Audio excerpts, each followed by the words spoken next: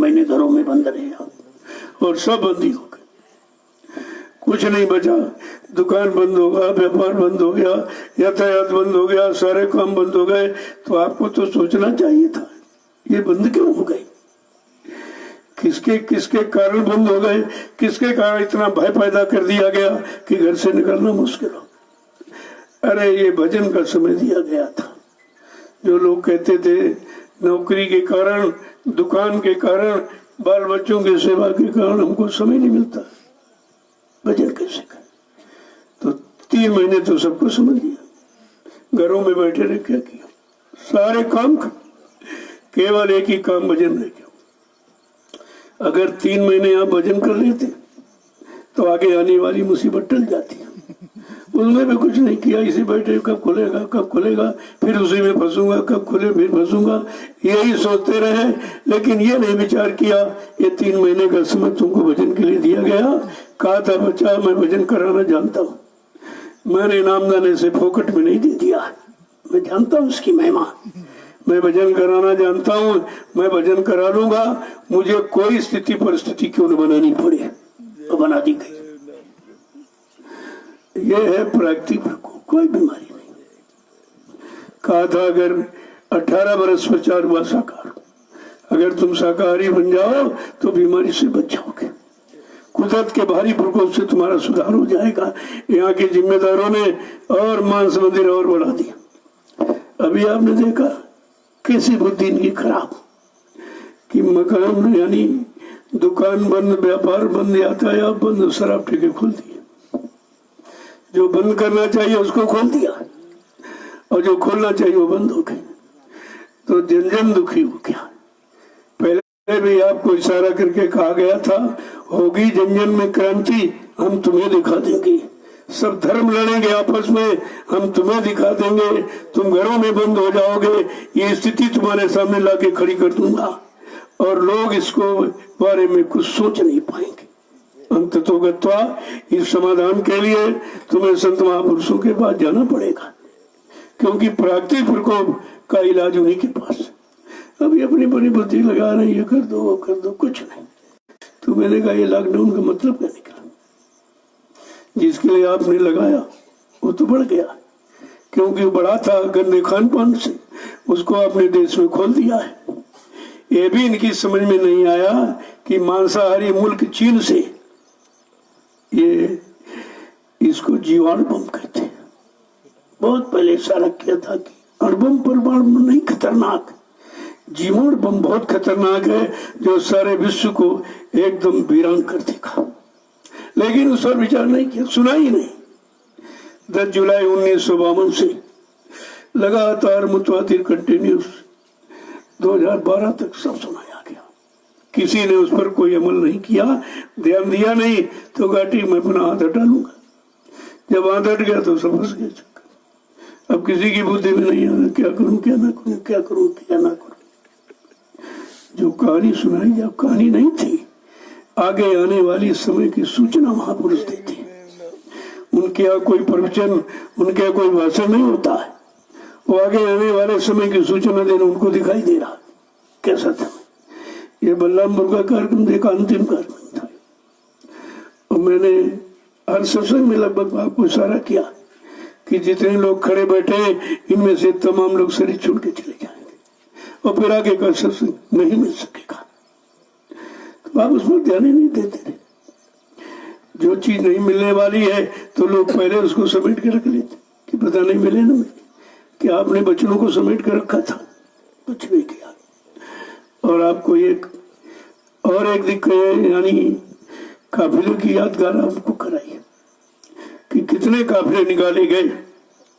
उनकी यादगार कराने के लिए तो बहुत छोटा सा काफिला था जो बलरामपुर की धरती से नैमिषारण्य तपोभूमि पर आया था। मैंने पहली बार 300 किलोमीटर बैठकर प्रसाद बांटा था।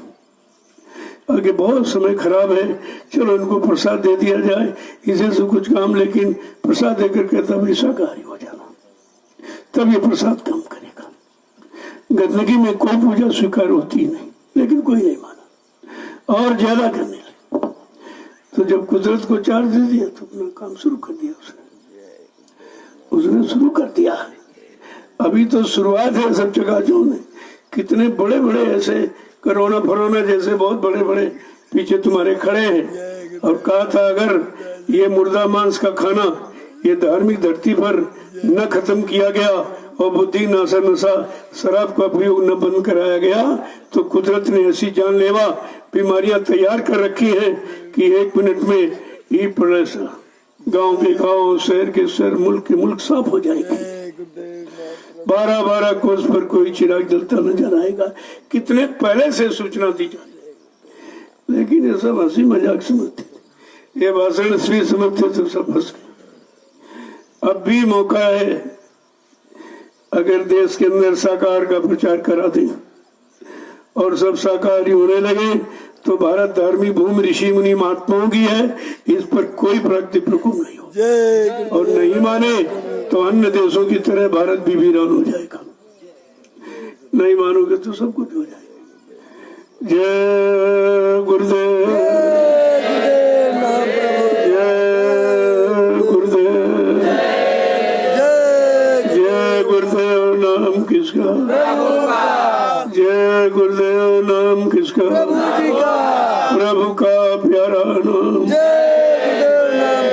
आप लोग जो जाने वाले हो अब जा सकते हो, बाकी जो है अपनी सेवा करें। इस शैतान मन को मौका मत, 1 मिनट का भी, कि बहुत भागी है, बहुत भाग चुका है, लेकिन अभी थकान को महसूस नहीं कर रहा। इसलिए सेवा प्रधान अंग रखा गया। सेवा शरीर से करोगे तो शरीर शुद्ध हो जाएगा, बीमारियां कम हो जाएंगी धीरे धीरे। अब यहाँ भी लोग आते हैं कि जो तुमने कहा यहाँ कोई चमत्कार थोड़ी किया जाता है, यहाँ तो कोई आधार बना दिया गया सेवा का, आप करो तुम्हारी बीमारी चली जाएगी। वो झंडा गाड़ दिया, उसकी परिक्रमा करो, देखो कितना सरल, एक पैसा खर्च नहीं। और फिर भी लोगों को समझ में नहीं आ रहा कि सस्ता कर दो तो शंका हो जाती और महंगा तुम्हारी बस का नहीं, तो फिर करोगे कैसे? इतना सस्ता कहीं है उपचार कि झंडे की परिक्रमा करो, तुम्हारा काम है। केवल एक है, आपको शाकाहारी है। इस बात को अगर समझ लो तो काम बन जाएगा। वैसे शाकाहारी का क्षेत्र बहुत विस्तृत है। ये झूठ बोलना, छल कपट करना, ये भी तो शाकाहार में आता है। शाकाहारी का क्षेत्र तो बहुत बड़ा है। जब पूर्ण शाकाहारी बन जाओगे, शाकाहार का अर्थ समझ लोगे, तो ये पाक सब शरीर हो जाएगा। अभी तो मोटा मोटा आपको बताया गया कि मुर्दा मांस का डालना शरीर में बंद कर दो, जिससे बुद्धि पागल हो जाती, माँ बहन बेटी की पहचान खत्म हो जाती है। तो ये बुद्धि नाना नशा, इसका प्रयोग बंद कर दी। अभी मोटा मोटा, फिर धीरे धीरे धीरे धीरे सब आपकी समझ में आ जाएगा कि हमें क्या करना क्या नहीं करना। तो साकार का क्षेत्रफल बहुत बड़ा है। तो ये तो शुरुआत अभी की गई। शुरू में आपको बताया जा रहा कि भाई मुर्दा मांस बंद कर दो और फिर जिंदा मांस भी बंद कर दो। मुर्दा छोड़ोगे लेकिन जिंदा मांस कहाँ छोड़ रहे? उसी की तो तलाशी करते हो, भागदौड़ तो उसी की मची हुई। अब वो साकार का मतलब ही नहीं समझते। तो जब धीरे धीरे सत्संगों में आओगे और लग जाओगे तो सब समझ में आ जाएगा और आपका बिगड़ा काम बन जाएगा। जय गुरुदेव। अब आप लोग अपनी अपनी सेवाओं में चलो, जो जाने वाले वो जा सकते हैं। यहाँ रोका किसी को नहीं जाता। जितना समय लेने कर आए उतना समय व्यतीत करो, फिर चले जाओ और फिर समय मिल जाए फिर आ जाओ। जब आना जाना रखोगे तब विचार आपका मजबूत हो जाएगा, रिश्ता तभी मजबूत होता है। तो आप सेवा में चलो। मैं देखो रोज ही होता हूँ, रोज आपको प्रसाद दिया जाता। ये प्रसाद कहीं नहीं बढ़ता। किसी मत संप्रदाय में चले जाओ, वहां तो प्रसाद चढ़वाते देते नहीं, लेकिन एक ऐसा सच्चा दरबार है जहाँ हर चीज दी जा रही, आपसे लिया कुछ नहीं जा रहा। जो आप देते हो वो भी तुम्हारी कर्मों की अदायगी में लगा दिया जाता। यहाँ ऐसा कोई काम होता ही नहीं।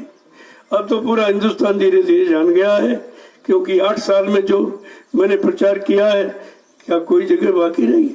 सबको मालूम हो गया कि सच्चाई कहाँ है, असलियत कहाँ है, लाभ कहाँ से मिलेगा, ये सबको मालूम हो गया।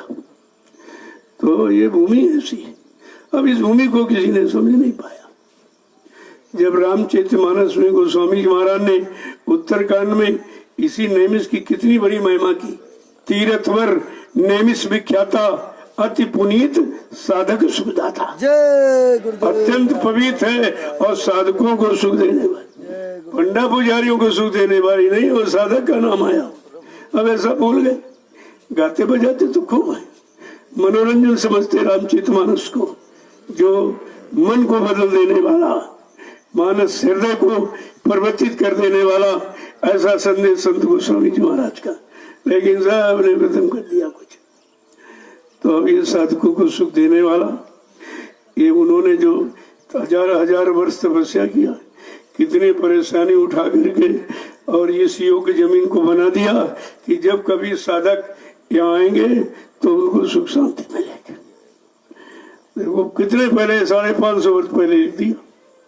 इसका मतलब भूमि पर साधक आएंगे और साधना कराई सिखाई जाएगी, और धीरे धीरे जब तुम मन बुद्धि चित्त को साध लोगे, साधने का मतलब अपने कंट्रोल नियंत्रण में कर लोगे, वहीं से साधना प्रारंभ हो जाती है।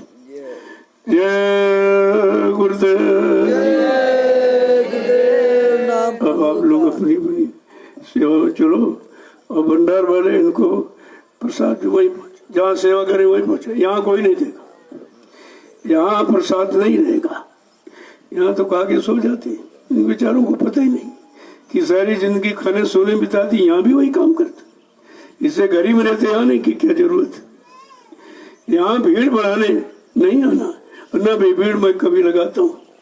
भीड़ तो वो लगाता मदारी जिसको पेट भरने के लिए कुछ लेना है, यहाँ भीड़ नहीं लगती।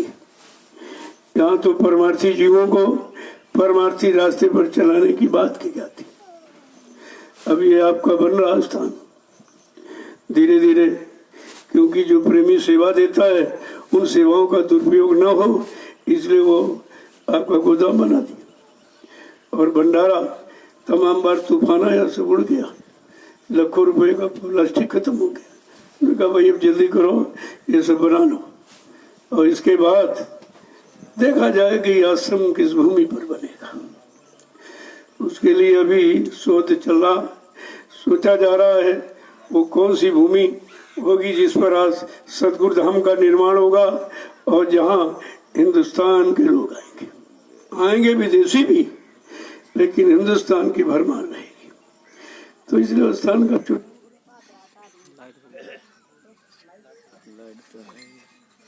आगे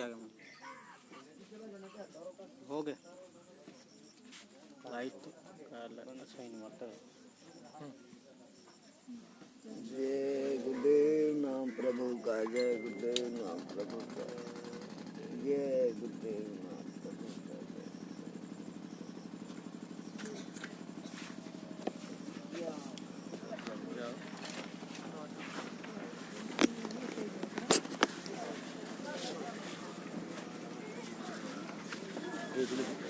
ले लेकिन जब सत्संग